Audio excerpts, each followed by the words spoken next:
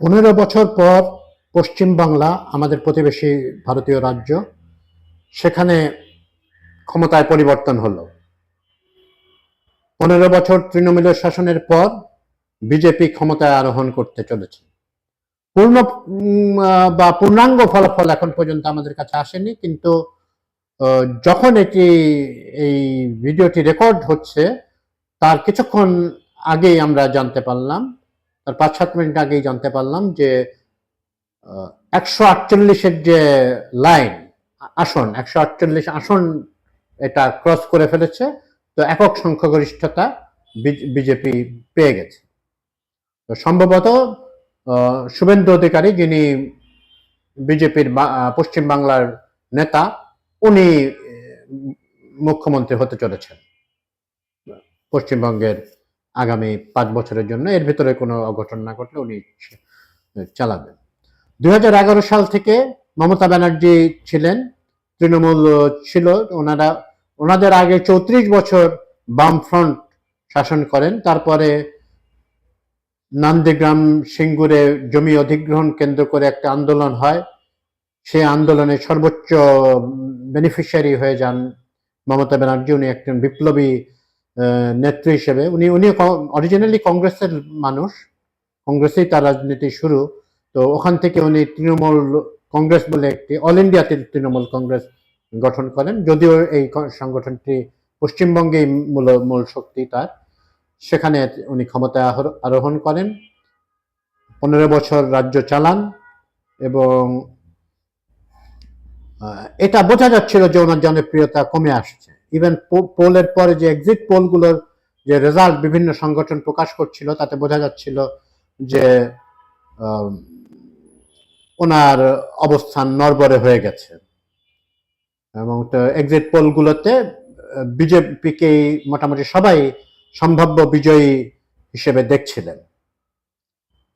BJP তার ক্যাম্পেইনও খুব ভালোভাবে চালিয়েছে, এবং তারা একেবারে স্ট্রং একটা অ্যান্টি ইমিগ্রেশন এবং অ্যান্টি, কি বলবো, নন হিন্দু স্ট্যান্স নিয়ে, নন হিন্দু যারা আছেন তাদের একরকম বিরুদ্ধে স্ট্যান্স নিয়ে তারা জিতেছেন। এটা মনে রাখতে হবে, পশ্চিমবঙ্গে এই বিভিন্ন কারণে যাদের ভোটাধিকার হরণ করা হলো, তারা ছাড়াও কোটি কোটি মুসলিম আছেন। হ্যাঁ, 20-25% মুসলমান আছেন তারপরেও, এবং 2-3টা ডিস্ট্রিক্ট তো মুসলিম মেজরিটি ডিস্ট্রিক্ট।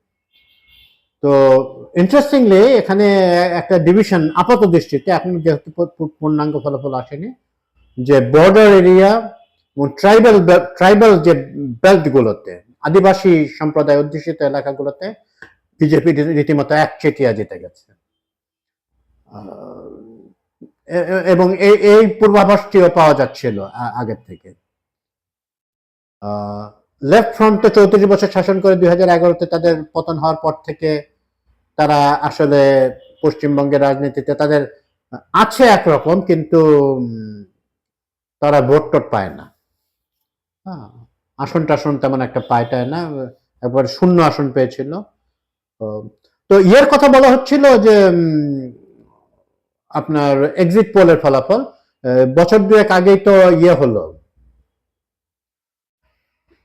লোকসভার জন্য, মানে মেইন ইয়ের জন্য, মেইন যেটা ওনাদের আইনসভা, সেখানকার যে ইলেকশন হলো পশ্চিমবঙ্গে, সেখানে কিন্তু অপ্রত্যাশিতভাবে এবং এক্সিট পোলের ট্রেন্ডের বিপরীতে গিয়েই মমতা ব্যানার্জির দল তৃণমূল কংগ্রেস জিতে গেল, এবং তারা অনেকগুলো ডেপুটি অনেকগুলো মেম্বার অফ পার্লামেন্ট পশ্চিমবঙ্গ থেকে ওই সেন্টারে পাঠালেন তারা।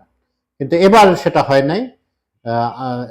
এই শুভেন্দু অধিকারীর যিনি পূর্বসূরি, সেই ভদ্রলোক দিলীপ ঘোষ, উনি সেরকম ব্রেক থ্রু করতে পারেননি, এবং সেন্টার থেকে সেবারও বহু মোদিজি সহ ভারতীয় প্রধানমন্ত্রী নরেন্দ্র মোদী, অমিত শাহ এবং অনেক রকমের শোবিজ তারকা ওনারা ক্যাম্পেইন চালিয়েও পারেননি। এবারও তারা খুব পশ্চিমবঙ্গটাকে খুব সিরিয়াসলি নিয়েছেন, এবং তারা একটা বিশাল বিজয় হিসেবে এটা দেখছেন বা দেখবেন। এবং মোদিজিকে, উনি সবসময় একটু কনফিডেন্ট মানুষ, কিন্তু এখানে তাকে খুব কনফিডেন্ট মনে হচ্ছিল যে পশ্চিমবঙ্গে বিজেপির একটা শক্তিশালী অবস্থান। এর আগে আপনারা জানেন যে, বা আপনাদের জ্ঞাতার্থে জানাচ্ছি যে ইন্ডিয়াতে দুটো রাজ্য আছে যেখানে বাঙালি ডমিনেটেড, হ্যাঁ, ত্রিপুরা আর পশ্চিমবঙ্গ। তো দুটোর সাথে ইন্টারেস্টিংলি আমাদের বর্ডার রয়েছে বাংলাদেশের।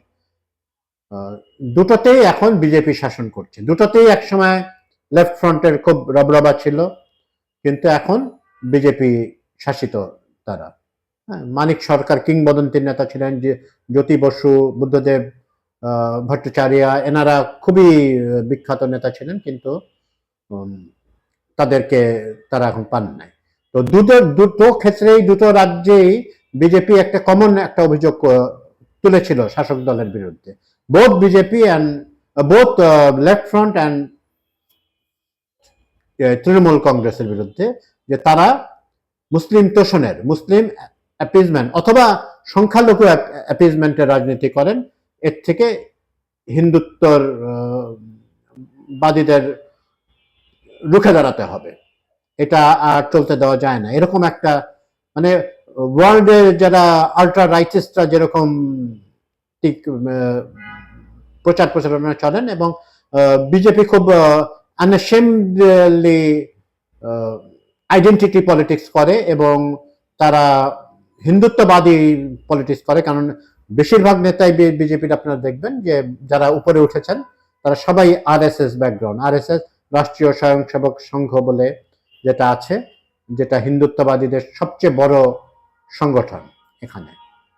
তো তাদের প্রচারকরা খুব ভালোভাবেই প্রচারণা চালিয়েছেন, এবং পশ্চিমবঙ্গের মূলত মুসলিম ভোট ওনারা তেমন একটা পাওয়ার কথা না, তো কিন্তু হিন্দু ভোট তারা অনেক বেশি পেয়েছেন।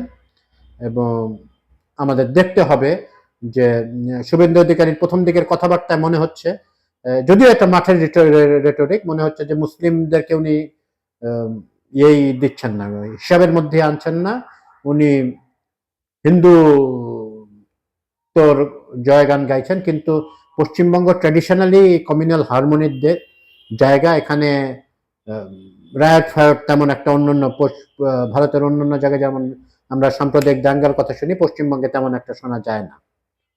তো এক ধরনের সম্প্রীতির আবহ আছে, এবং একটা শক্তিশালী বুদ্ধিজীবী এবং সিভিল সোসাইটি যাকে বলে তারা আছেন, এবং তারা মোটামুটি অসাম্প্রদায়িক একটি অবস্থান তারা রাখেন।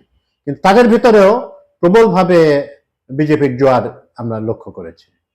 অনেক অনেক প্রাক্তন বামপন্থীরাও বিজেপির জোয়ারে ছিল। তো যিনি এখন পর্যন্ত আছেন, যে মুখ্যমন্ত্রী মমতা ব্যানার্জির সাথে আমাদের হাসিনার খুব ভালো সম্পর্ক ছিল, ব্যক্তিগতভাবে সম্পর্ক ছিল। ইন্টারেস্টিংলি একবার উনি কলকাতায় একটি অনুষ্ঠানে তাকে মুখ্যমন্ত্রী সম্বোধন করা হয়েছিল, বাংলাদেশের মুখ্যমন্ত্রী। এটা হাস্য কৌতুকের জন্ম দিয়েছে, এবং অনেকে এটা সিরিয়াসলিও নিয়েছেন, যে ইন্ডিয়া বাংলাদেশকে তার অঙ্গরাজ্য মনে করে বলে কিনা, মানে এই সাবকনশিয়াস থেকে কথাটা বেরিয়েছে। যাই হোক, তো কিন্তু মমতা ব্যানার্জিও কিন্তু বাংলাদেশের স্বার্থ রক্ষায় ওরকম যে সক্রিয় ছিলেন তা জানা যায় না।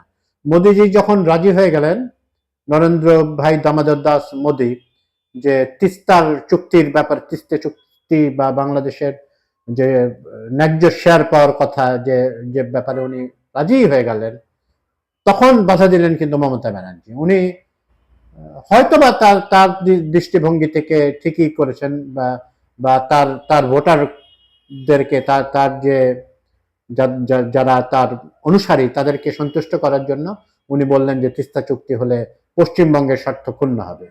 আপনারা জানেন যে ভারত একটি আমাদের মতো একটা ইউনিটারি দেশ না, এখানে একটা ফেডারেল স্ট্রাকচার, একটা যুক্তরাষ্ট্রীয় মানে দেশ আর কি। এখানে অঙ্গরাজ্যগুলোর হাতে বেশ কিছু ক্ষমতা থাকে। হ্যাঁ, এটা এই ওয়াটার বা রিভার্স এগুলো রাজ্যের সাবজেক্ট। তো এখানে যে যে আমরা আমরা আমাদের কাছে যে তথ্য আছে, তাতে মমতা ব্যানার্জি চাননি যে তিস্তায় কোনো চুক্তি হোক। উনি তার রাজ্যের ইন্টারেস্ট ব্যাহত হবেন এরকম মনে করেছেন, কিন্তু কেন্দ্র রাজি ছিল। এখন তো কেন্দ্রীয় বিজেপি, এখানেও বিজেপি। তো এখন আমরা আশা করতেই পারি যে তিস্তার ব্যাপারে একটা সমাধান হবে।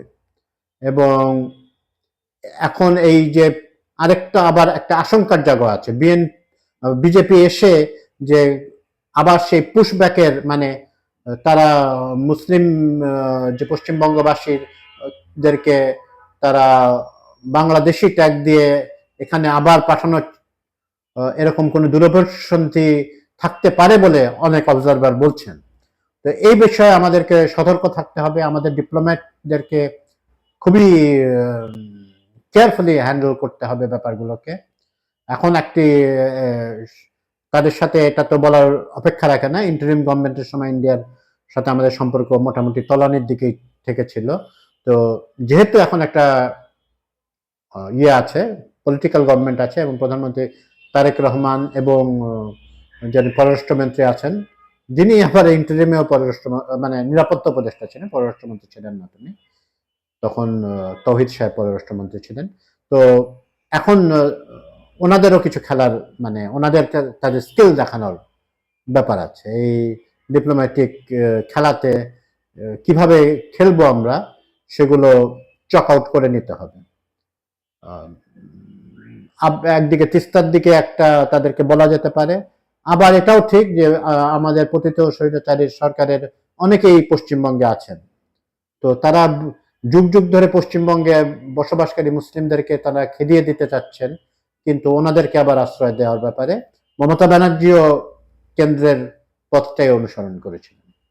তো এখন কি হয় সেটাও আসলে আমাদের টাইম উইল সে। তো এখন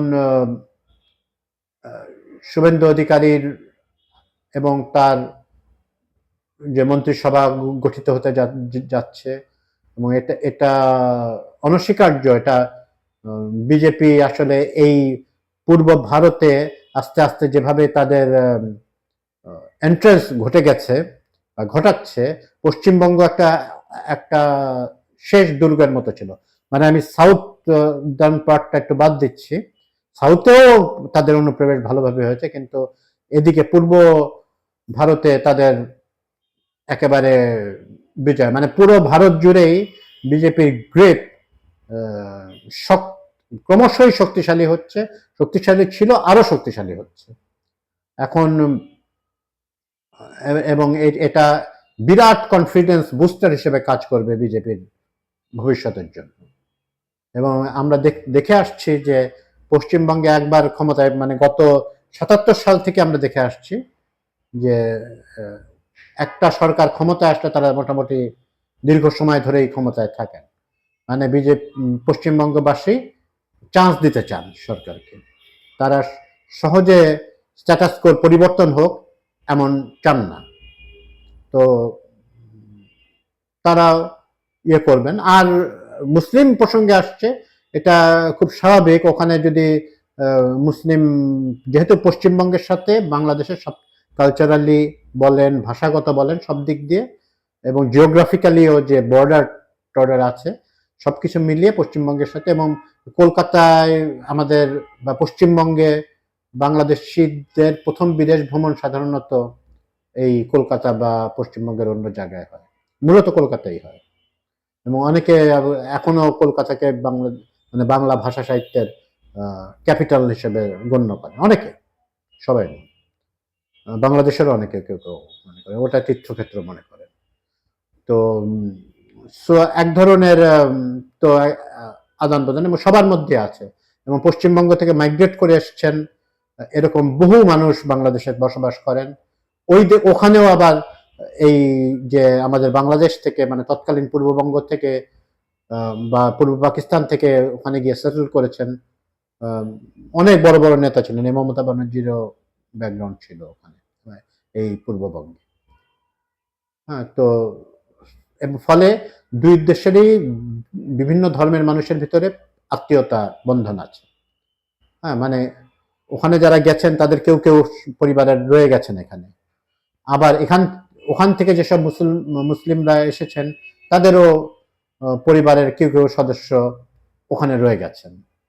তো একটা পারিবারিক বন্ধনও আছে, বর্ডার এরিয়াতে খুব বেশি ভালোভাবেই আছে। তো আমরা চাবো যে সরকার বদলালেও আমাদের ব্যক্তি পর্যায়ে যে সম্প্রীতি আছে সেটা থাকবে। ভিসার আমরা শুনছি যে ভিসা খুব তাড়াতাড়ি ভিসা রেজিমটা রিল্যাক্সড হয়ে যাবে এবং আবারও যাওয়া আসা খুব ভালো। বাংলাদেশের পক্ষ থেকে তো কোনো বাধা নাই, ওই ইন্ডিয়ার পক্ষ থেকে বাধা ছিল, সেটা খুলে যাচ্ছে, আবার যাওয়া আসা হবে এবং তারাও আমাদেরকে বরণ করে নেবেন। আমরা যেরকম ভাবে তাদের প্রতি ব্যবহার দেখাই, সৌজন্য দেখাই, ওনারাও দেখান এবং এই প্রসেসটা অব্যাহত থাকবে। এবং কংগ্রেচুলেশনস বিজেপি, আপনারা জিতে দেখিয়ে দিয়েছেন। এটা যদিও এক্সিট পোর্টাল কেউ কেউ মানে উড়িয়ে দিতে চেয়েছেন, বলছেন দিদি, মমতাকে ওনারা সবাই দিদি বলে ডাকেন, মানে বড় বোন। তো দিদিকে হারিয়েছেন, আর দিদিও আপনি 15 বছর সার্ভ করেছেন। বাংলাদেশের প্রতি আপনার তিস্তার ব্যাপারে যাই হোক, বাংলাদেশের প্রতি একটা সফট কর্নার আছে বলে আপনাকে বলা হয়। ওনাদের একটা অভিযোগও ছিল, এটা জয় বাংলা স্লোগানটা দেওয়াতে, যেটা বাংলাদেশিদের স্লোগান ইত্যাদি অনেক রকম কথাবার্তা বিজেপি বলেছে আপনার বিরুদ্ধে, কিন্তু আপনি রাজ্য চালিয়েছেন আপনার মতো করে, ভালোভাবেই চলেছে পশ্চিমবঙ্গের, ইভেন ইন্ডিকেটর মন্দ বলছে না। তো এখন আপনি আপনার ওনার যে ভাইয়ের ছেলে, ভাইপো অভিষেক, উনি হয়তো পার্টিতে উপরে উঠে আসবেন, বা ওনার স্ট্র্যাটেজি আছে। উনি যদিও 71 বছর হয়েছেন, উনি অনেক ফিট মনে হয় তাকে দেখলে। তো ওনারও যে তৃণমূল কি ফুরিয়ে গেল নাকি আবার বাউন্স ব্যাক করার 5 বছর পরে সুযোগ আছে, সেটাও দেখার অপেক্ষা থাকলাম।